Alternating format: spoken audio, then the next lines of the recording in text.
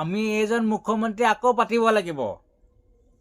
লাগিব দেই ৰাইজ আপোনালোকে শুনি লওক এইজন মুখ্যমন্ত্ৰী আমি আকৌ পাতিব লাগিব নহলে মিয়াসকলৰ শান্তি নাই মিয়াবিলাকক অলপ নটিচ দি থাকিবই লাগিব নহলেতো মূৰৰ ওপৰত উঠি যাব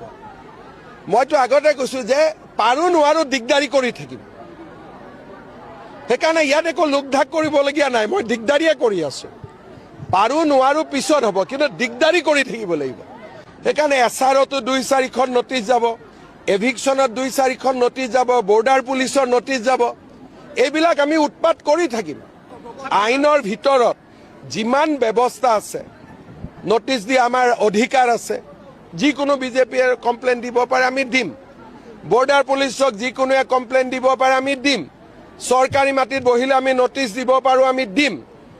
গতিকে আমি উৎপাত অলপ কৰিয়ে থাকিম নহলে ভাবিব যে অসমীয়াক আমি খুৱাই দিলো আৰু এটা ওপৰত ৰোলাৰখন চলাই দিলেই হ'ব গতিকে এছআৰত যে নটিচ গৈছে